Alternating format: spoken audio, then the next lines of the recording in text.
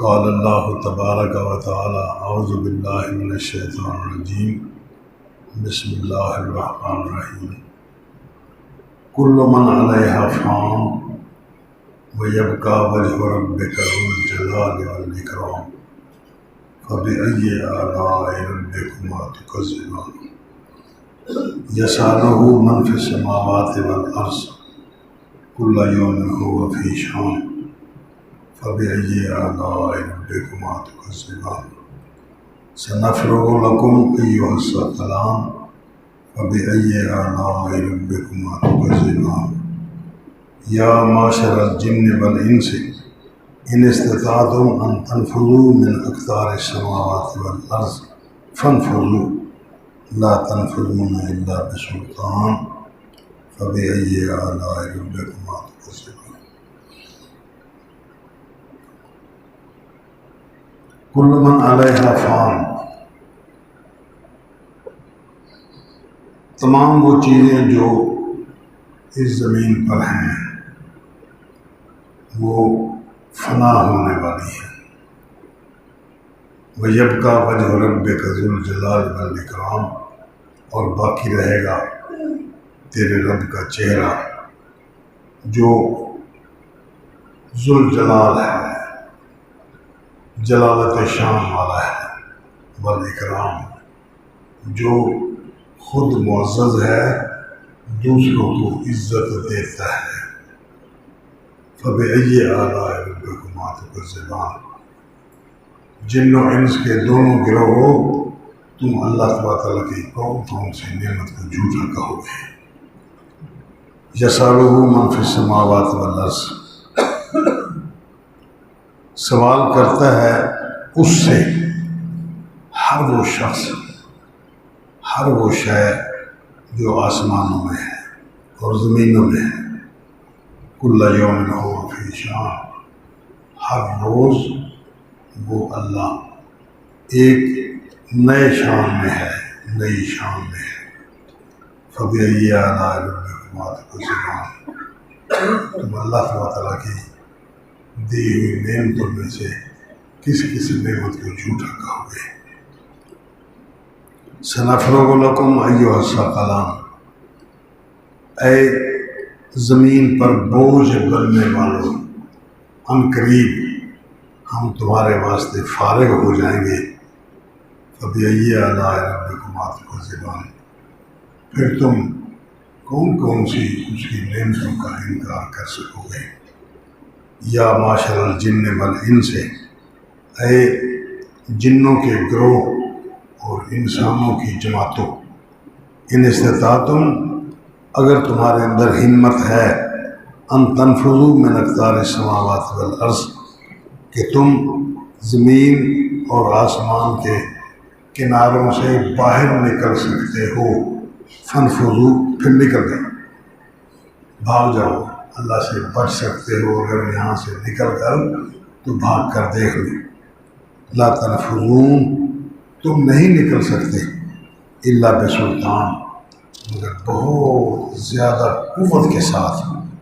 فبأي آلاء ربکما تکذبان، بس اللہ تعالیٰ کی کون سی نعمت کا انکار کرو گے۔ یرسل علیکم شواظ من نار، اگر تم باہر نکلنے کی کوشش کرو گے تو تمہارے اوپر آگ کے شعلے بھیج دیے جائیں گے۔ ونحاسن، اور پگھلا ہوا تانبا یا دھوئیں کا عذاب۔ فلا تنتصران، تم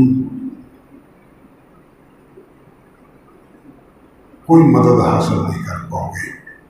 فبأي آلاء ربکما تکذبان، تم کون سی اللہ کی نعمت کو جھوٹا کہہ سکو گے۔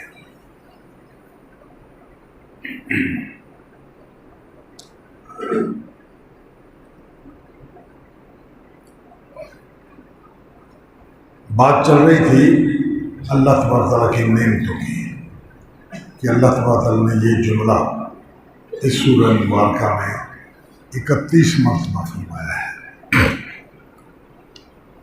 چھوٹا سا احسان ذکر کر لیا یا بہت بڑا احسان کا تذکرہ کر دیا، ہر احسان کے بعد پھر بطور سوال، بطور جھڑکی، بطور دھمکی، بطور تڑی یہ بات ذکر فرمائی کہ میں نے یہ بھی احسان کیا، یہ بھی احسان کیا۔ اس ایک احسان کے اندر پھر آگے کتنے احسانات ہیں، تم کون کون سی نعمت کا انکار کرو گے؟ جیسے کوئی بندہ مان نہیں رہا، پھر اس کو بندہ بار بار کہتا ہے کہ میں نے تجھ پر یہ احسان کیا، یہ کیا، یہ کیا، تو سارے پہ منکر ہو جائے گا، کس کس کو نہیں مانے گا؟ حضرت عثمان رضی اللہ تعالیٰ عنہ، مخالفین خارجیوں نے ان کو چاروں طرف سے بے بس کر کے گھر میں بند کر دیا۔ فوج نے کہا، لوگوں نے کہا کہ آپ تھوڑا سا آرڈر دیں، اشارہ کریں، ہم ان کا صفایا کر دیتے ہیں 1 منٹ میں۔ فوج کے سامنے کون سی مشکل بات ہے؟ فرمایا نہیں، مدینہ ہے، مدینہ کا احترام میں یہاں خون خرابہ نہیں کرنا چاہتا۔ دوسری بات ایک اور بیان فرمائی کہ مجھے اللہ کے رسول صلی اللہ علیہ وسلم نے ارشاد فرمایا تھا کہ عثمان، تجھ کو اللہ تبارک تعالیٰ ایک کرتا پہنائے گا، لوگ تجھ سے مطالبہ کر دیں گے کہ تو یہ کرتا اتار دے۔ عثمان، کرتا نہیں اتارنا، کرتا نہیں اتارنا۔ یہ تعبیر فرمائی کہ کرتا یہ عزت احترام کا کرتا ہے، مملکت کا سربراہ بن جانا یہ عزت اور احترام کی آخری حد ہوتی ہے۔ وہ چاہتے ہیں کہ تو عزت احترام سے فارغ ہو جائے۔ نہیں، مدینہ ہے، میں مدینہ میں خون خرابہ نہیں کرنا چاہتا، اور نہ ہی اللہ کے رسول صلی اللہ علیہ وسلم کے حکم کی نافرمانی کرنا چاہتا ہوں۔ میں عزت احترام کا چولا اتارنا نہیں چاہتا۔ اللہ اکبر۔ پھر ایک وقت آیا، دروازے پر باہر لوگ بیٹھے ہیں، تلواریں، نیزے اور اپنے پورے ہتھیار لے کر، کہ اگر کوئی موقع ملتا ہے تو حضرت عثمان کو باہر نکلتے ہی قتل کر دیں گے۔ وہ اندر ہیں، دروازے سے باہر نہیں نکلتے، دیوار کے اندر کوئی چارپائی بچھا نہیں ہے، کوئی اور اونچی جگہ، اس کے اوپر کھڑے ہو کے دیوار سے باہر جھانکا، کہنے لگے کہ آپ لوگ کیا چاہتے ہیں؟ کیا تمہیں پتہ ہے کہ ایک وقت آیا تھا جب مدینہ میں پانی بڑا مشکل سے ملتا تھا؟ ایک یہودی وہ اپنے کنویں سے پانی بھر کے دیتا تھا یا بھرنے کی اجازت دیتا تھا تو ایک ایک گھونٹ کا پیسہ لیتا تھا۔ اللہ کے رسول نے ارشاد فرمایا کہ کوئی ہے جو اس کنویں کو خرید کر کے اللہ کے نام پر وقف کر دے، میں اس کو جنت کی ضمانت دیتا ہوں۔ حضرت عثمان رضی اللہ تعالیٰ عنہ سے یہودی کے پاس گئے، کہنے لگے کہ یار تیرا کاروبار بہت اچھا ہے، تو مجھے اس کاروبار میں شریک کر لے۔ کیسے شریک کر لوں؟ کہ اس کنویں کی قیمت ڈال دے، آدھی قیمت میں دے دیتا ہوں، تو ایک دن تیری باری ہوگی، تو اس میں اپنے گھڑے بھرنے والوں سے پیسے وصول کر لیا کر، کچھ میرا پیسہ انویسٹ ہو جائے گا، دوسرے دن میں پیسے وصول کر لیا کروں گا، یکمشت تجھے پیسے دے دیتا ہوں۔ وہ لالچ میں آ گیا، اللہ کی قدرت ایسی تھی، وہ لالچ میں آ گیا، اس نے کہا چلو ٹھیک ہے، منہ مانگی اس نے قیمت مانگ لی، حضرت عثمان نے فوراً اپنی قیمت دے دی۔ وہ دن تو چل رہا تھا، دوسرا دن ہوا تو حضرت عثمان رضی اللہ تعالیٰ نے اعلان کر دیا کہ آج بیر روما سے پیسے وصول نہیں کیے جائیں گے، جس نے جو کچھ کرنا ہے وہ اپنا پانی بھر لے، مفت منگا لے۔ تو سارے لوگ اپنے گھڑے، پتیلے، بٹھل، جگ، کولے، گلاس، ہر شے بھر کے لے گئے۔ اب دوسرے دن کسی کو ضرورت ہی نہیں پڑی، وہ سارا دن مکھیاں مارتا بیٹھا تھا۔ دوسرا دن ہوا تو پھر باری حضرت عثمان کی تھی، پھر اعلان ہو گیا۔ تیسرے دن کہنے لگا کہ بھائی دیکھو میں نے غلطی کی ہے، آپ بقیہ پیسے مجھے دے دیں، جان چھوڑیں۔ حضرت عثمان نے پیسے دے دیے، چلو۔ نبی اکرم صلی اللہ علیہ وسلم کا فرمان سچا ہو گیا کہ میں اس کو جنت کا ضمانت دیتا ہوں۔ آپ میری اس بات کو مانتے ہیں؟ لوگوں نے کہا جی ہاں۔ فرمایا اس سے پہلے مسجد کی زمین خریدنا تھی۔ نبی اکرم صلی اللہ علیہ وسلم نے ارشاد فرمایا کہ جو بندہ مسجد کی زمین خرید دے گا میں اس کے لیے جنت کا ضامن ہوں۔ تو میں نے پیسہ دے دیا تھا۔ مانتے ہو اس بات کو؟ کہ ہاں جی مانتے ہیں۔ پھر جیش اسرا کے موقع پر آپ نے فرمایا کہ ہمارے پاس سواریاں کم ہیں، سفر لمبا ہے، کوئی بندہ ہے جو ہمارے ساتھ اس جنگ میں سواریوں کی امداد کر دے۔ میں نے پہلی قسط کے طور پر 300 اونٹ دے دیے تھے۔ نبی صلی اللہ علیہ وسلم نے فرمایا کہ یہ کم ہے، میں نے 300 اور دے دیے۔ پھر ضرورت محسوس ہوئی تو 300 اور دے دیے۔ تو نبی اکرم صلی اللہ علیہ وسلم نے میرے 900 اونٹ جنگ کے لیے لینے کے بعد، مفت میں لینے کے بعد مجھے فرمایا تھا کہ عثمان آج کے بعد تیرا جی اگر نہ چاہے تو تو کوئی عمل نہ کیا کر، تیرے لیے جنت کافی ہے۔ مانتے ہو اس بات کو؟ کہ جی ہاں مانتے ہیں۔ یہ میں نے حکایت آپ کو سنائی ہے، اپنی تاریخ سے ایک واقعہ نقل کیا ہے، صرف اس لیے کہ اس سورہ مبارکہ میں فَبِأَيِّ آلَاءِ رَبِّكُمَا تُكَذِّبَانِ اللہ تعالیٰ نے نعمتوں میں سے چند ایک نعمتوں کا ذکر فرما کر پیچھے بندے پر چھوڑ دیا ہے کہ اس کے علاوہ یہ نعمت تو ہمیں مل گئی، اس کے علاوہ کتنی نعمتیں ہیں۔ بندے کو سانس لینا ہے، اس کو جاگنا ہے، اس کو سونا ہے، اس کو کاروبار کرنا ہے، اس کو زندگی بسر کرنی ہے، دن رات میں اس کو چلنا ہے، بیٹھنا ہے، اٹھنا ہے، آنا ہے، جانا ہے۔ اس کے گھٹنوں میں درد ہو جاتی ہے تو وہ چلنے پھرنے سے عاری ہو جاتا ہے۔ وہ یاد کرے کہ پہلے میرے ساتھ کیا تھا، اب میرے ساتھ کیا ہوا، پیٹ میں درد ہو گئی، دانت میں درد ہو گئی، آنکھ میں درد ہو گئی۔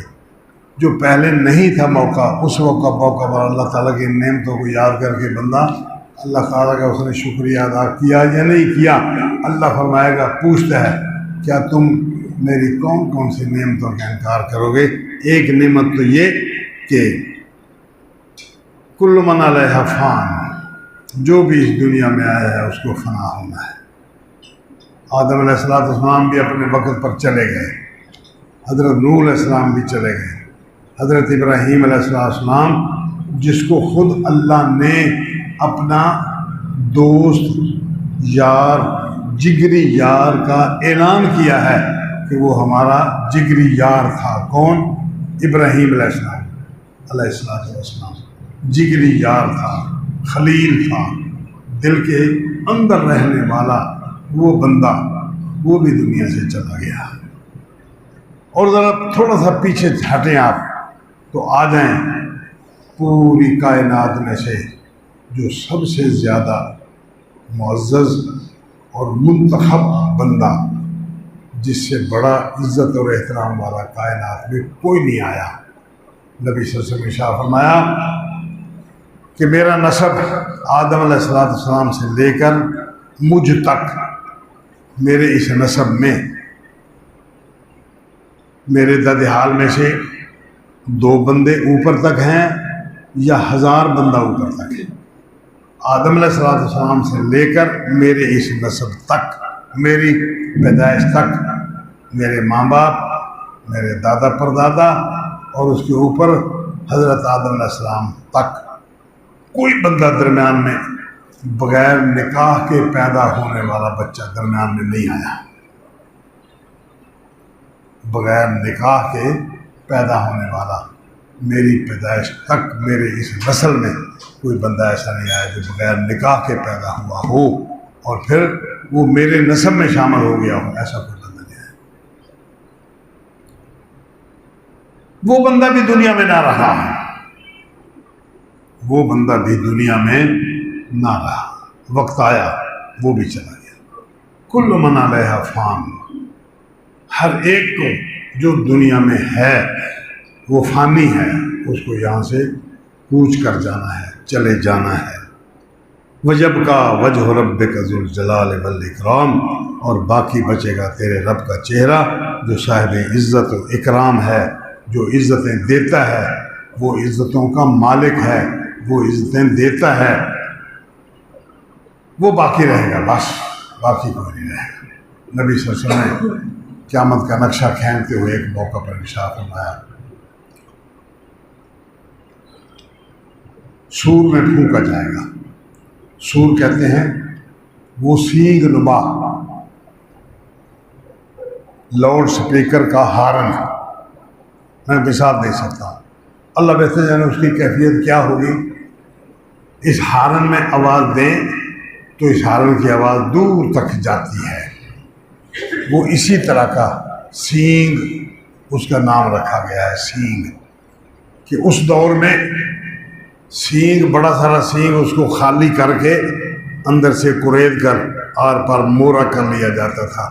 اس مورے کے اندر آواز نکالی جاتی تھی کہ وہ عام حالات میں وہ آواز دور تک جاتی تھی۔ اس کے بعد پھر سپیکر آ گئے، سپیکر کے بعد پھر وہ سور، وہ اسی شکل کا ہوگا۔ اللہ بہتر جانے اس کی حیثیت کیا ہوگی، اس کی قوت کتنی ہوگی۔ وہ آواز دی جائے گی، سور پھونکا جائے گا، پھونک ماری جائے گی، جو کچھ اس دنیا میں ہے وہ سب ختم ہو جائے گا۔ اس کے بعد اللہ تبارک تعالیٰ جو وقت اس نے مقرر کیا ہے، اس کے بعد پھر دوبارہ سور پھونکا جائے گا تو آسمان کے فرشتے بھی ختم ہو جائیں گے۔ اب سب دنیا ختم ہوگی، کچھ بھی باقی نہیں رہا۔ پھر اللہ فرمائے گا لمن الملک اليوم، آج کس کی بادشاہی ہے؟ جو دنیا میں بادشاہ بنے پھرتے تھے، مالک بنے پھرتے تھے، بہت بڑی مالکی ان کی تھی، اور سورج غروب نہیں ہوتا تھا، آج کس کی بادشاہی ہے؟ کوئی جواب دینے والا ہے ہی نہیں۔ پھر اللہ تعالیٰ خود ہی فرمائے گا للہ الواحد القہار، اس اللہ کی بادشاہی ہے جو واحد ہے، اکیلا ہے، اس کے ساتھ کوئی شامل ہونے والا نہیں۔ القہار جو قاہر ہے، ہر چیز پر غالب ہے، جابر ہے، وہ جس طرح چاہے کسی سے جو کچھ جس طرح چاہے وہ نگلوا لے، اس کو بولنے کی ہمت دے دے، طاقت دے دے، اس سے کہلوا لے، وہ غالب ہے سب پر۔ یہاں فرمایا وَيَبْقَى وَجْهُ رَبِّكَ ذُو الْجَلَالِ وَالْإِكْرَامِ، ذو الجلال و صاحب جلال، عزت احترام والا ہے، والاکرام، اور عزت اس کے پاس ہے۔ عزت وہ دنیا میں لوگوں کو بانٹتا ہے، وہ عزت دنیا میں لوگوں کو بانٹتا ہے۔ قرآن مجید نے ایک مقام پر ذکر کیا وَلِلَّهِ الْعِزَّةُ وَلِرَسُولِهِ وَلِلْمُؤْمِنِينَ وَلَكِنَّ الْمُنَافِقِينَ لَا يَعْلَمُونَ۔ یہ اس وقت آیت اتری جب حضرت رسول اکرم صلی اللہ علیہ وسلم ایک جنگ سے واپس آ رہے تھے۔ ایک صحابی مزاحیہ انداز تھا اس کا، ہر بات ہر کام میں اللہ کی قدرت، وہ مزاح کا پہلو نکال لیتا تھا یا خود بخود نکل آتا تھا۔ کام ہی ایسا کیا، دیکھنے والا بیٹھ ہنس رہا ہے، اس کی طبیعت ہی ایسی تھی۔ اس نے ایک بندے سے مذاق کیا، وہ تھا مہاجر جو مذاق کرنے والا ہے، مدینہ مکے کا باشندہ۔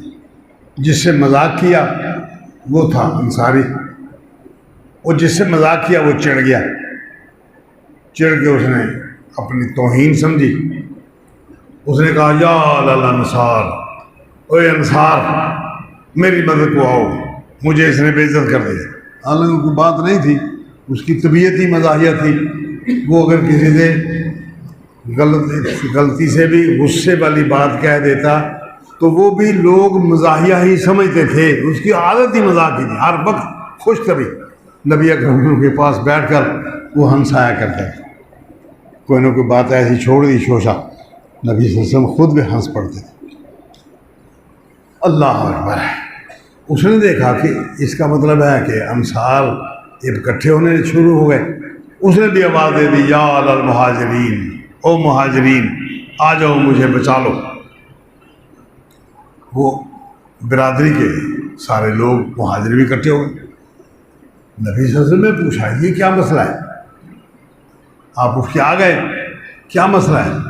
وہ مسئلہ بتایا کہ اس نے مذاق کیا، وہ چڑ گیا، اس نے انصار کو بلا لیا. اس نے دیکھا کام خراب ہو رہا ہے، اس نے مہاجرین کو بلا لیا. نبی صلی اللہ علیہ وسلم، امام بخاری رحمہ اللہ نے یہ قصہ نقل کیا. آخر میں نبی صلی اللہ علیہ وسلم کے الفاظ نقل فرمائے.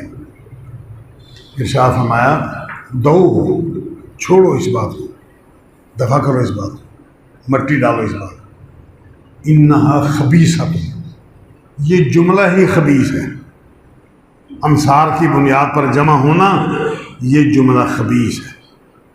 مہاجرین کی بنیاد پر جمع ہونا یہ جملہ خبیث ہے. یہ آواز ہی خبیث ہے، یہ گندی بدبودار آواز ہے.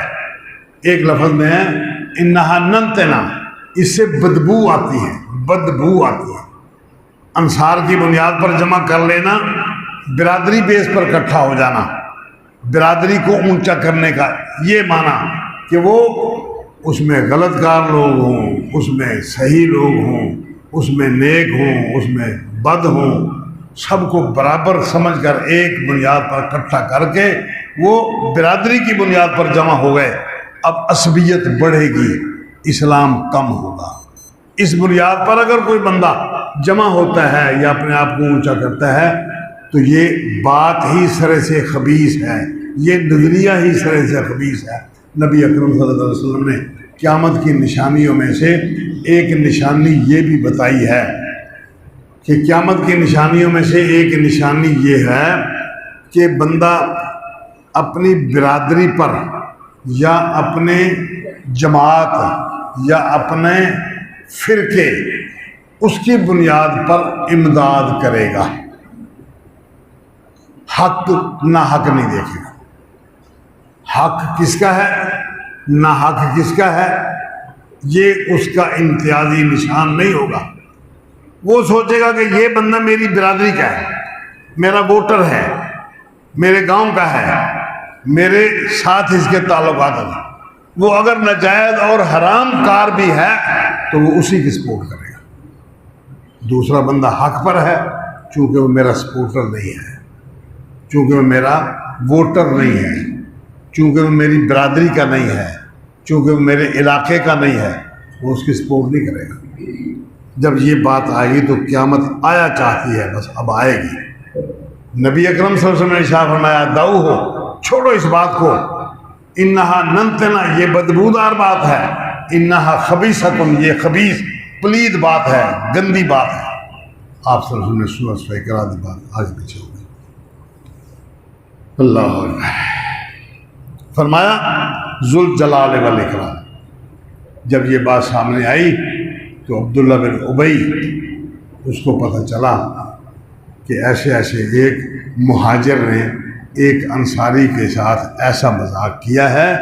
وہ چڑ گیا ہے، اس نے انصار کی بنیاد پر لوگوں کو جمع کر لیا اور اس نے مہاجرین کی بنیاد پر لوگوں کو جمع کر لیا. نبی اکرم صلی اللہ علیہ وسلم نے یہ رفع دفع کرا کے اس بات کو ختم کرنے کی کوشش کی. عبداللہ بن ابی کہتا ہے اچھا نبی اکرم صلی اللہ علیہ وسلم کی یہ کیفیت ہے، اب یہ لوگ اتنے بڑھ گئے ہیں، ہمارے گھر آئے، ہم نے ان کو کھانا کھلایا، ہم نے ان کو جگہ دی، یہاں ہم نے رہنے کو ان کو موقع دیا، ان کے ساتھ معاملت کیا، اب ہماری بلی ہمیں ہی میوں کرتی ہے. چلو ٹھیک ہے. دو چار ساتھی اس کے تھے، کہنے لگا کہ جب ہم مدینے جائیں گے نا لَيُخْرِجَنَّ الْأَعَزُّ مِنْهَا الْأَذَلَّ، ہم میں سے جو سب سے زیادہ عزت والا بندہ ہے نا وہ ان ذلیل لوگوں کو مدینے سے نکال دے گا. تھوڑے آگے نکلے، اس کے بیٹے کو پتہ چل گیا. مدینہ کے قریب پہنچے تو جس راستے پر عبداللہ بن ابی تھا وہ راستے میں آگے جا کے اس کا بیٹا کھڑا ہو گیا عبداللہ. جب ابا کی باری آئی تو وہ کہا رک جاؤ یہیں. تلوار نکال لی اس نے، کہنے لگا کہ آپ میرے ابا ضرور ہیں لیکن آپ اندر نہیں جا سکتے۔ وہ کیوں؟ اس لیے کہ آپ نے اللہ کے رسول کو بے عزت کہا ہے، مہاجرین کو بے عزت کہا ہے، اور تو بڑا معزز بنا پھرتا ہے۔ اب یا تو کہہ اپنے آپ کو کہ میں ذلیل ہوں، اللہ کے رسول معزز ہیں، نہیں تو پھر تو اندر نہیں جا سکتا، میری تلوار چلے گی۔ بات گڑبڑ ہو گئی، نبی صلی اللہ علیہ وسلم تک بات پہنچی، آپ صلی اللہ علیہ وسلم آگے آئے، آپ نے اس کے بیٹے کو روکا کہ نہیں چھوڑو، غلط بات، وہ جان چھوٹی۔ اپنے آپ اس نے کہا کہ میں بے عزت ہوں، ہم معزز نہیں ہیں، آپ لوگ معزز ہیں، مہاجرین معزز ہیں، انصار معزز ہیں، یہ بات اس نے کہی۔ پھر آگے بڑھا، اس وقت اللہ تبارک تعالیٰ نے یہ بات قرآن مجید میں نازل فرمائی، وَلِلَّهِ الْعِزَّةُ وَلِرَسُولِهِ وَلِلْمُؤْمِنِينَ، عزت اس کائنات میں صرف اللہ کی ہے، عزت صرف اللہ کی۔ وَلِرَسُولِهِ، اللہ کے بعد اس دنیا میں عزت اس کے رسول کی ہے، رسول کے بعد عزت اس دنیا میں مومنین کی ہے، جو مومن نہیں اس کی عزت نہیں۔ نبی صلی اللہ علیہ وسلم نے ارشاد فرمایا قیامت کی نشانیوں میں سے ایک نشانی یہ بھی ہے، یکرم الرجل مخافۃ شرہ، بندے کی عزت کی جائے گی اس کے شر سے بچنے کے لیے، کہ کہیں یہ مجھے خراب نہ کر دے، اس لیے اس کی سلوک کیا جائے گا، چودھری صاحب، ملک صاحب، فلاں صاحب، فلاں صاحب، اس کی خدمت کی جائے گی اس سے بچنے کے لیے، تاکہ یہ اپنی خباثت کی وجہ سے میرا نقصان نہ کرے۔ یہ انتہائی کمینے پن کی دلیل ہے۔ معاشرے کے اندر انتہائی خسیس بندہ وہ ہوتا ہے کہ اس کی شر سے بچنے کے لیے لوگ اس کی عزت کریں، جس کا مطلب ہے دل میں اس کی عزت نہیں ہے، وہ بندہ معزز نہیں ہے، قدرتی طور پر وہ بندہ معزز نہیں ہے، تو یہ بناوٹی عزت ہے، لوگوں کو اپنے نیچے رکھ کر یہ عزت کرائی گئی ہے، یہ عزت نہیں ہے۔ عزت اللہ کی سب سے پہلے، عزت اللہ کے رسول کی نمبر 2، عزت مومنین کی نمبر 3۔ وَلَٰكِنَّ الْمُنَافِقِينَ لَا يَعْلَمُونَ، یہ بنوٹی عزتیں بنانے والے لوگ، ان کو پتہ ہی نہیں کہ عزت کس سے کھائی جاتی ہے، کیا ہوتی ہے عزت، ان کو کوئی پتہ نہیں۔ اس لیے عزت ڈھونڈنی ہے تو اللہ تعالیٰ سے ڈھونڈیں، اور اللہ سے ڈھونڈنے کے لیے صرف اس کی فرمانبرداری، پھر اس کی نافرمانی نہ ہو، اللہ عزت دیتا ہے۔ کس طرح دیتا ہے اس کو خبر ہی نہیں ہوتی، اس کو پتہ ہی نہیں ہوتا۔ اللہ تعالیٰ چاروں طرف سے عزت گھیر گھار کے اس بندے کو دے رہا ہے، یہ ہے معزز آدمی، یہ ہے معزز آدمی۔ نبی صلی اللہ علیہ وسلم نے ارشاد فرمایا جب اللہ تعالیٰ دنیا میں کسی سے محبت کرتا ہے تو سب سے پہلے جبرائیل کو بلاتا ہے کہ جبرائیل فلاں بندہ میں اس سے محبت کرتا ہوں، تو بھی اس سے محبت کر۔ جبرائیل یہی اعلان آسمانوں میں کر دیتے ہیں کہ اللہ تعالیٰ فلاں بندے سے محبت کرتا ہے، میں بھی اس سے محبت کرتا ہوں، آپ لوگ بھی اس سے محبت کریں۔ فرشتے بھی اس سے محبت کرنے لگ جاتے ہیں۔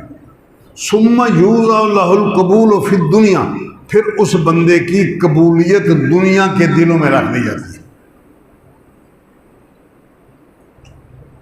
اس کے پلے کچھ نہیں ہوتا۔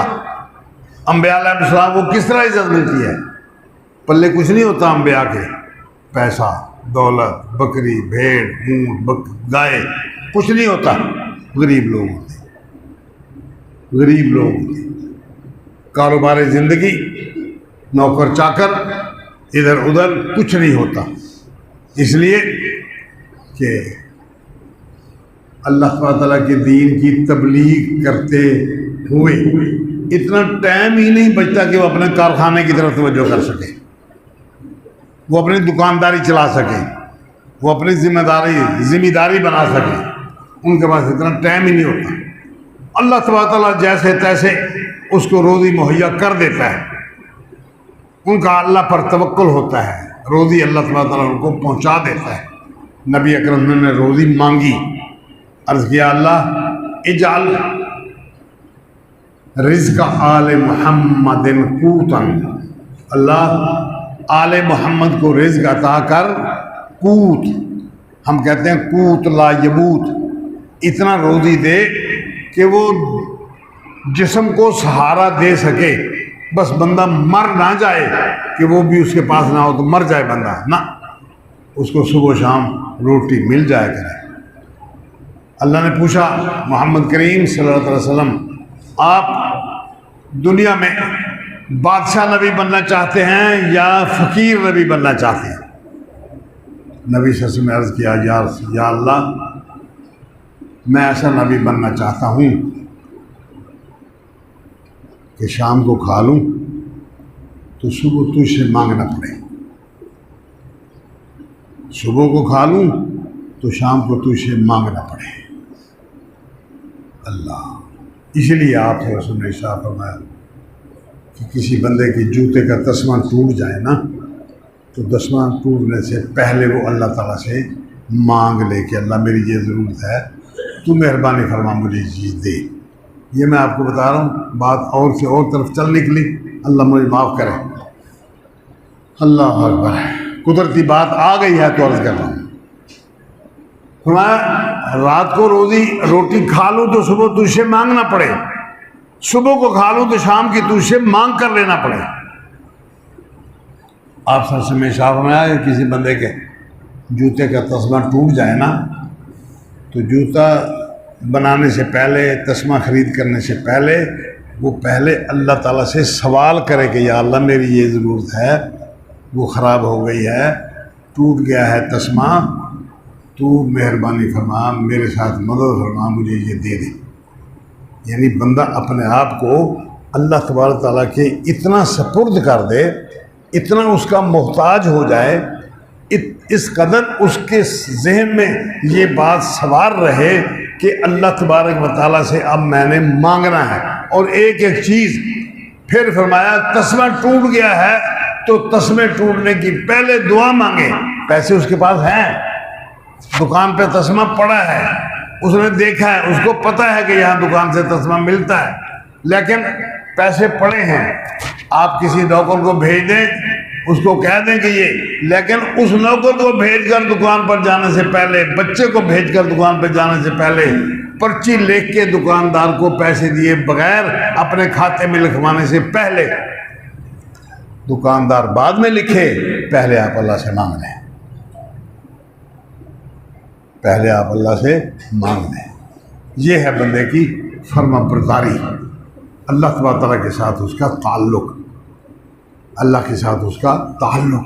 چھوٹی سی مجبوری، چھوٹی سی بات، وہ بھی اللہ تبارک تعالیٰ سے مانگے۔ نبی اکرم صلی اللہ علیہ وسلم نے دعا مانگی، اللہم انی رحمتک ارجو فلا تکلنی الی نفسی طرفۃ عین واصلح لی شانی کلہ، لا الہ الا انت۔ اے اللہ میں تیری رحمت سے امید رکھتا ہوں، تو مجھے میرے نفس کے سپرد نہ کر دینا اتنی دیر کے لیے بھی، جتنی دیر میں بندہ آنکھ جھپک لیتا ہے۔ آنکھ جھپکنے میں کتنا دیر لگتی ہے؟ کتنے منٹ لگتے ہیں؟ آنکھ جھپک کر ایک دفعہ بند کر کے دوبارہ دیکھنے میں کتنے گھنٹے لگ جاتے ہیں؟ اس ایک لمحے کی خاطر اتنا سا ٹائم بھی مجھے اپنی ذمہ داری سے نکال کر، اپنی کسٹڈی سے نکال کر، اپنی سرپرستی سے نکال کر، اپنی رحمت سے نکال کر مجھے میرے سپرد کر دے، ایسا نہ کرنا۔ میں ایک لمحہ آنکھ جھپکنے تک بھی تیری رحمت سے دور نہیں ہونا چاہتا، تو مجھے میرے نفس کے سپرد نہ کر دینا کہ مجھے میرے حال پر اپنے آپ چھوڑ دینا کہ میرا حال جیسا ہے میں ویسے کر لوں یا گزر جاؤں، اپنی مرضی سے زندگی گزاروں نہ۔ وَأَصْلِحْ لِي شَانِي كُلَّهُ، اور میرے تمام حالات کی تو آپ اصلاح کر دیں، مجھے کوشش نہ کرنی پڑے، میں ہاتھ پہ ہاتھ دھرے بیٹھا ہوں، تجھ پر توکل کیے بیٹھا ہوں کہ میرے کام تو سدھارے گا، میرے کام تو کرے گا، تو میرے لیے آسانیاں پیدا کرے گا، تو میرے لیے دنیا میں عزت احترام کا بندوبست کرے گا، میرے کھانے پینے کا، میری روزی کا کوشش میں کرتا ہوں، محنت کرنا میرا فرض ہے، لیکن مجھے روزی مل بھی جائے گی یا نہیں مل جائے گی، میں اپنے آپ کچھ نہیں کر سکتا۔ جنگ بدر ہوئی، جنگ بدر میں مسلمان 313 کہیں باہر ادھر ادھر کام کاج میں تھے، 300 باقی بندے موجود تھے، مقابلے میں 1000، ان میں 13 تلواریں، 10 12 15 نیزے، اور باقی کسی کے پاس کچھ بھی نہیں، نہت تھے۔ حتیٰ کہ ایک بندہ اس موقع پر آیا، یا رسول اللہ میرے پاس تو سوٹی بھی نہیں ہے لڑنے کے لیے، میں کیا کروں؟ آپ مسواک فرما رہے تھے، آپ نے وہ مسواک ہی اس کو دے دی کہ جا تو اس کے ساتھ لڑائی کر۔ یہ تھے حضرت عکاشہ بن محصن رضی اللہ تعالیٰ عنہ۔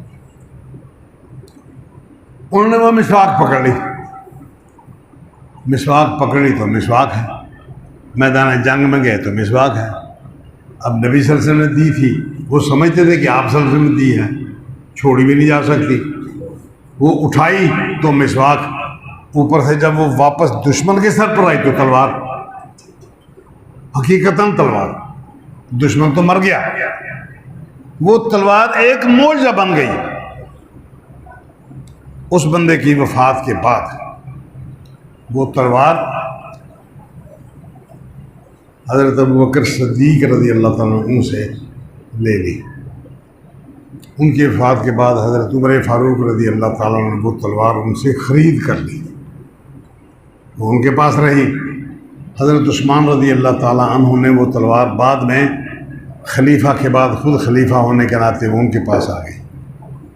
حضرت علی رضی اللہ تعالیٰ عنہ کے پاس بعد میں آئی، ان سے پھر کہیں گم ہو گئی، بس اللہ تعالیٰ نے اتنا ہی دیر رکھنی تھی، وہ رہ گئی، گم ہو گئی۔ اب گم کہاں ہو گئی؟ اللہ بہتر جانے، اللہ کی مخلوق بہت بڑی مخلوق ہے، وہ کہاں گئی اللہ پاک کو آگے دکھانا مجھے منظور نہ تھا۔ یہ ہے حقیقتاً وہ بندہ جو اللہ کے لیے مخلص ہے، جو اللہ کے لیے مخلص ہے، اللہ کے رسول کے دین کے لیے مخلص ہے، اس کی یہ کیفیت ہے، چونکہ وہ اخلاص سے بھرا ہوا ہے۔ میرے پاس کچھ نہیں، آپ نے فرمایا چل یہی لے لے، وہ تلوار کی بجائے اس کو مسواک دے۔ اب مسواک کتنی بڑی ہوگی؟ ایک بالشت ہوگی، 2 بالشت ہوگی، آپ ایک ہاتھ بنا لیں اس کا، اتنی بڑی لاٹھی ہوگی، بس یہی کچھ ہوگا۔ اس سے بھلا دشمن کو مارا جا سکتا ہے؟ ہاں مارا جا سکتا ہے، مارا ہے، ہوئی ہے یہ بات۔ اس لیے اللہ سے تعلق پختہ کریں، جوڑیں۔ اس لیے اللہ اکبر، میں کہاں تھا کہاں چلا گیا، اللہ اکبر۔ کل من علیہا فان، ہر بندہ، ہر شے جو یہاں موجود ہے وہ فانی ہے، حتیٰ کہ اللہ کے رسول صلی اللہ علیہ وسلم بھی دنیا کو چھوڑ کر چلے گئے۔ وَيَبْقَى وَجْهُ رَبِّكَ ذُو الْجَلَالِ وَالْإِكْرَامِ، صاحب جلال، صاحب عزت، صاحب اکرام، اور دوسروں کو عزت دینے والا، خود معزز، دوسروں کو عزت دینے والا، وہ باقی رہے گا۔ فَبِأَيِّ آلَاءِ رَبِّكُمَا تُكَذِّبَانِ، وہ ذوالجلال ہے، وہ ذوالاکرام ہے۔ دنیا میں جس بندے کو اللہ نے عزت دی، جس نے اللہ نے دنیا میں کسی کو معزز بنایا، وہ کس کس چیز کا، اللہ کی کون کون سی نعمت کا انکار کرے گا؟ فَبِأَيِّ آلَاءِ رَبِّكُمَا تُكَذِّبَانِ يَسْأَلُهُ مَنْ فِي السَّمَاوَاتِ وَالْأَرْضِ،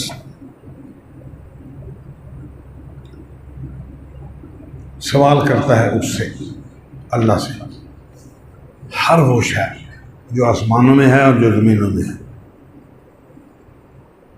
یہ اشارہ ہے اس بات کا، یہ اشارہ ہے اس بات کا کہ دنیا میں اللہ تبارک تعالیٰ کو ناپسند صرف اور صرف یہی بات ہے کہ کوئی بندہ اپنے بازو پر، اپنی قوت پر، اپنے مال پر، اپنی زندگی پر بھروسہ کر لے اور اللہ تعالیٰ کو چھوڑ دے۔ اس لیے فرمایا کہ اللہ تبارک و تعالیٰ سے سوال کرتا ہے من فی السماوات والارض، جو کچھ آسمانوں میں ہے، جو کچھ زمینوں میں ہے، ہر بندہ، ہر شے وہ اللہ سے سوال کرتی ہے۔ حتیٰ کہ نبی اکرم صلی اللہ علیہ وسلم نے ارشاد فرمایا، انبیاء میں سے ایک نبی حضرت سلیمان علیہ السلام اپنی قوم کو ساتھ لیا اور قحط سالی سے بچنے کے لیے قحط سالی میں آنے کے بعد اللہ تعالیٰ سے بارش کی دعا مانگنے کے لیے چلے۔ جا رہے تھے، راستے میں ایک چونٹی نظر آئی، وہ الٹی لیٹی ہوئی، ٹانگیں آسمان کو کی ہوئی۔ چونٹی کیا حیثیت ہے چونٹی؟ وہ کہہ رہی ہے اللہ ہم بھی تیری مخلوقات میں سے ایک مخلوق ہیں، جس طرح لوگ متاثر ہوئے ہیں تیری قحط سالی لانے کی وجہ سے، اس لیے ہم بھی متاثر ہوئے، اللہ تو ہمیں بارش دے۔ وہ اپنے لیے مانگے۔ اب چونٹی بھی اللہ سے مانگتی ہے، چونٹی بھی اللہ سے مانگتی ہے۔ سمندروں کے اندر مچھلیاں ہیں، گوگے ہیں، چھوٹی چھوٹی مخلوق ہے، بڑی بڑی، ہر شے اللہ سے مانگتی ہے۔ ایک نہیں مانتا تو انسان نہیں مانتا، ہر شے مانگتی ہے۔ اللہ تعالیٰ کے ساتھ تعلق ہے ہر شے کا۔ انسان اس کو رات شام کو جیب میں پیسے آ جائیں یہ اکڑ جاتا ہے، شام کو اس کو دولت مل جائے، وہ انسان کو انسان نہیں سمجھتا، بندے کو بندہ نہیں سمجھتا۔ یہ صرف انسان کی کمزوری ہے۔ اسی کی طرف اشارہ کیا کہ یسالہ، سوال کرتے ہیں اس سے، من فی السماوات والارض، جو کچھ آسمانوں میں ہے اور جو کچھ زمینوں میں ہے، سب کچھ اللہ سے مانگتے ہیں۔ اللہ اکبر، یسالہ من فی السماوات والارض۔ سوچیں ذرا اس بات کو، ساری مخلوق اللہ سے مانگتے ہیں، ہم اللہ سے کتنا مانگتے ہیں؟ ہمارا اعتماد ہے دکان پر، زمین کی فصل پر، بھلے بربادی ہو جائے، پکی پکائی تباہ ہو جائے، یہ اس کے ہاتھ میں، لیکن اعتماد ہے اس کو کہ اب روزی مل جائے نہ۔ جنگ بدر میں قرآن مجید نے ذکر کیا کہ مسلمان تھوڑے ہیں، کافر زیادہ ہیں، لہذا نبی اکرم صلی اللہ علیہ وسلم کی دعائیں قبول کر کے اللہ تعالیٰ نے 1000 فرشتے بھیجنے کی خوشخبری دے دی۔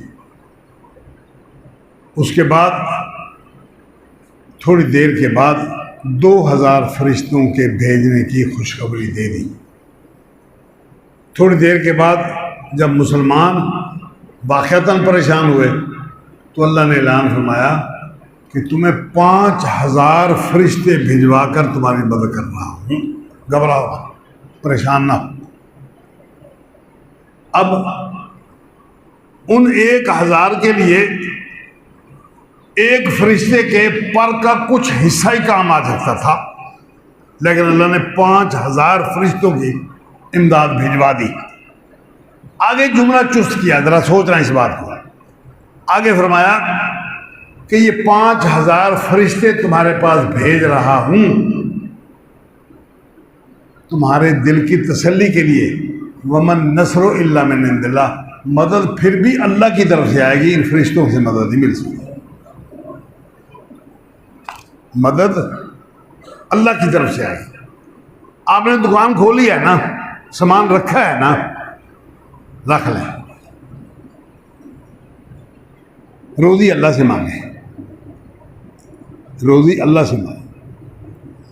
شادی کی ہے، ہو گئی، گھر آباد ہو گیا، اللہ آپ کا کھانا پینا پکانا کھانا چلتا رہے۔ اولاد تو پیر کے طویز سے آئے گی، ہے نا یہ کم بختی، کتنی ناشکری ہے، وہ پیر صاحب کے ڈیرے سے آئے گی۔ اللہ فرماتا ہے یسالہ من فی السماوات والارض، سوال کرتے ہیں اللہ تبارک تعالیٰ سے ہر وہ شے جو آسمانوں میں ہے جو زمینوں میں ہے، بندہ نکل جاتا ہے پیر سائیں کے ڈیرے پر، وہاں جا کے 9 راتاں جاگتی ہے اس کی بیوی، ایک اکیلی 9 رات وہ مجاوروں کے کھاتے میں رہتی ہے۔ دنیا میں ہو رہا ہے، کوئی پریشانی والی بات نہیں، دنیا میں چل رہا ہے اسی طرح۔ پیر صاحب کا تعویذ آئے گا تو یقین ہے کہ اب مجھے اولاد مل جائے گی، یہ کم بختی نہیں تو اور کیا ہے۔ اللہ تعالیٰ نہیں سنتا، نہیں دیتا، یا اس سے کوئی سوال کرنا ہمارے لیے توہین کا باعث ہے کہ ہم اللہ سے جا کر مانگیں، اس کے سامنے جا کر روئیں، گڑ گڑائیں؟ کیوں بھائی؟ کیا نقصان ہے، کیا وجہ ہے کہ اللہ تبارک تعالیٰ سے نہ مانگے؟ یسألہ من فی السماوات والارض، اس سے سوال کرتے ہیں ہر وہ شے جو آسمانوں میں ہے جو زمینوں میں ہے، ہر وہ شے جو آسمانوں میں ہے جو زمینوں میں۔ اللہ اکبر۔ اب تو یہ چیزیں عام ہو گئی ہیں، پتھر اٹھا کے سڑکوں پر لا دیے جاتے ہیں، یہاں اس کو ہتھوڑی کے ساتھ کوٹ کر ان کو چھوٹے چھوٹے ٹکڑے بنا دیے جاتے ہیں۔ کئی مقامات پر ایسے حادثات ہوئے ہیں کہ پتھر توڑا گیا، اس کے اندر سے کیڑا نکلا، اور پتھر کے اندر اتنی جگہ خالی ہے جتنی جگہ کیڑے کے اندر، وہاں کھانے پینے کا کچھ بھی نہیں، وہ چاروں طرف سے بند۔ اس کیڑے کو پتھر کے اندر زندہ کس نے رکھا ہے؟ کس نے رکھا ہے؟ اس کو کھانا پینا کس نے مہیا کیا؟ بندے کو پھر سمجھ نہیں آتی، حالانکہ ہر بندہ اس بات کے تجربے سے گزر چکا ہے کہ بھینس ابھی بیاہی نہیں، وہ 15-20 دن مہینہ پہلے ہی اپنے پستانوں میں دودھ پیدا کر لیتی ہے۔ انسان کا بچہ پیدا نہیں ہوا، 10-15 دن 20 دن مہینہ پہلے اس کی ماں کی چھاتیوں میں دودھ آ جاتا ہے۔ بچہ پیدا ہونے کے بعد سب سے پہلے اس کو چھاتی پہ ڈال دیں تو اس کا منہ ہلنے لگ جاتا ہے۔ وہ کیوں ہلتا ہے؟ کس نے اس کو بتایا کہ اب یہاں اس کو چوسو، اس پستان سے دودھ نکلے گا۔ پھر جب نہیں نکلتا تو روتا ہے۔ وہ کیوں روتا ہے؟ اس لیے کہ اس کے بس میں کچھ نہیں ہوتا، اس وقت وہ صرف رو کر ہی اپنی ضرورت کو پورا کر سکنے کی صلاحیت رکھتا ہے۔ یہ ساری کی ساری کیفیات بندے کی ہر روز ہمارے نظروں سے گزرتی ہے، ہر روز ہماری نظروں سے گزرتی ہے۔ پھر اللہ تبارک تعالیٰ نے بندے کے دل میں ڈال دی ہے یہ بات، اس کی ماں کے دل میں یہ بات ڈال دی ہے۔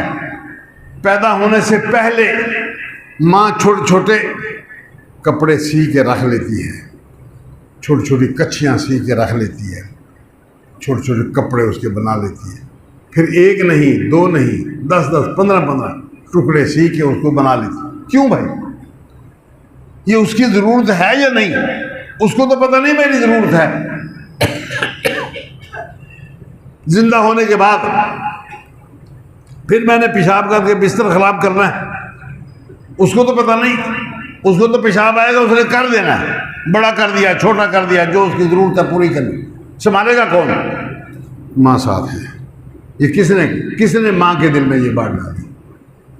جب اللہ تبارک و تعالیٰ اس طریقے پر ماں کے دل میں ڈال کر اس بندے کی، اس بچے کی ضرورت پوری کرا سکتا ہے، کراتا ہے اور کرا رہا ہے، ہم تجربہ کر چکے ہیں۔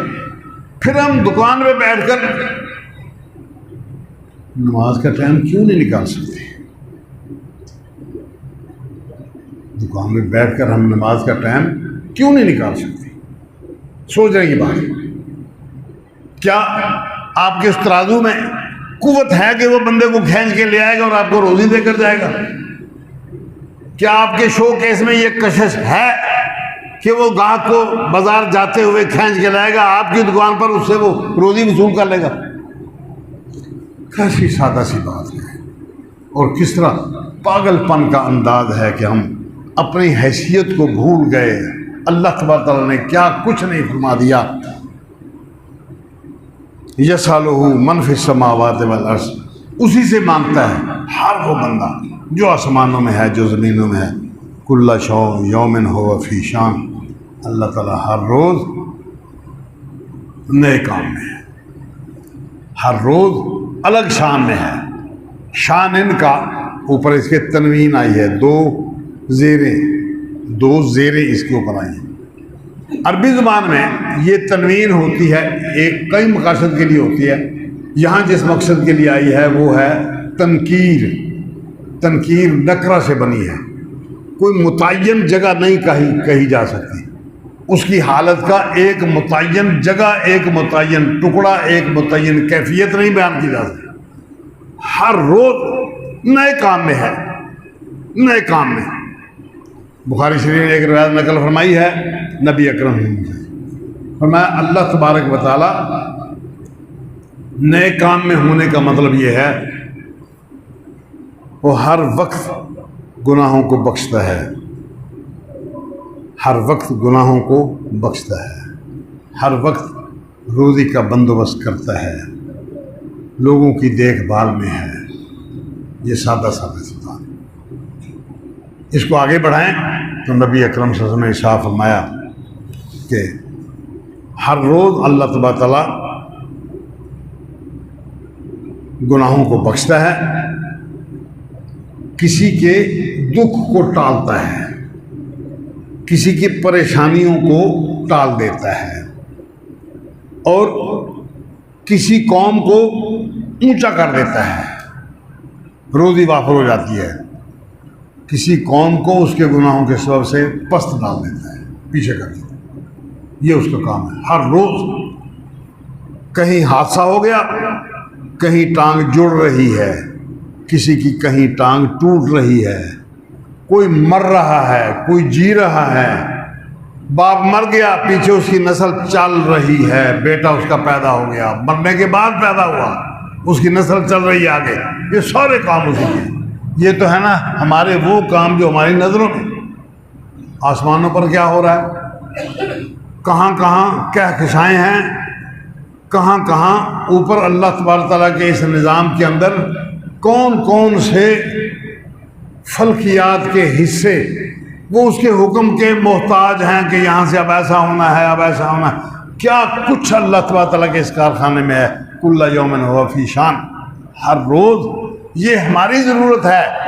نبی صلی اللہ علیہ وسلم نے ارشاد فرمایا ایک دفعہ آپ سبحان اللہ کہیں، سبحان اللہ کہیں، سبحان اللہ کے بعد آسمان اور زمین کے درمیان جتنا حصہ ہے نیکیوں سے بھر جاتا ہے، نیکیوں سے بھر جاتا ہے۔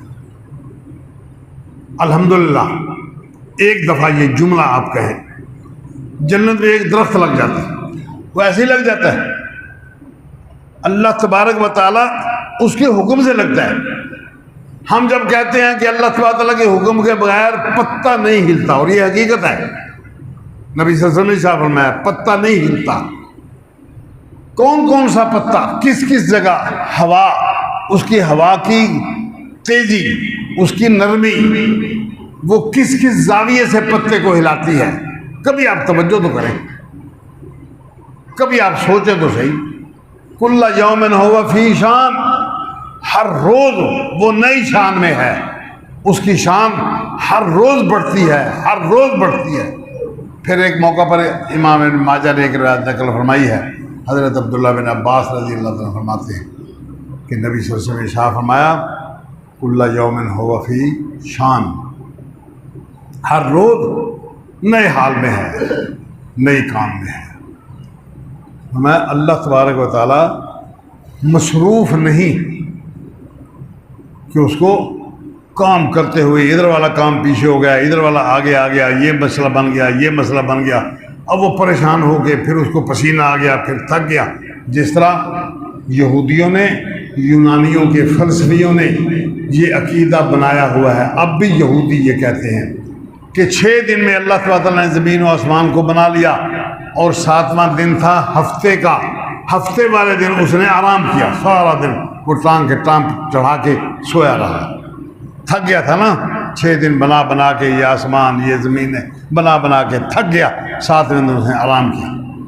یہ اللہ تبارک تعالیٰ کی شان، اللہ تبارک و تعالیٰ کے بارے میں ان کی معلومات ادھوری ہی نہیں غلط ہیں، صرف ادھوری نہیں غلط ہیں۔ اللہ تبارک تعالیٰ تھکتا نہیں ہے۔ موسیٰ علیہ السلام نے اللہ تعالیٰ سے سوال کیا، یا اللہ تو سوتا کر ہے؟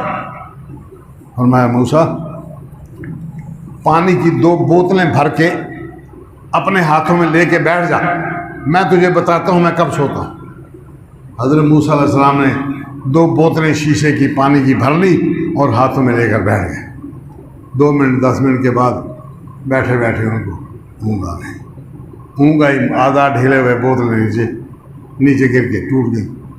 جب بیدار ہوئے تو اللہ نے فرمایا موسیٰ بس 2 بوتلیں بھی نہیں سنبھال سکا، یہ تیرے سونے کی کیفیت کے بدلے میں یہ کچھ ہوا ہے، اگر میں سو جاؤں تو پھر دنیا کیا بنے گی؟ کل یوم ہوا فی شان، ہر روز وہ نئی شان میں ہے، نئی آن میں ہے۔ اللہ پاک مجھے اور آپ کو اپنے دین کی صحیح سمجھ عطا فرمائے، اس کے مطابق نیکی کی توفیق عنایت فرمائے۔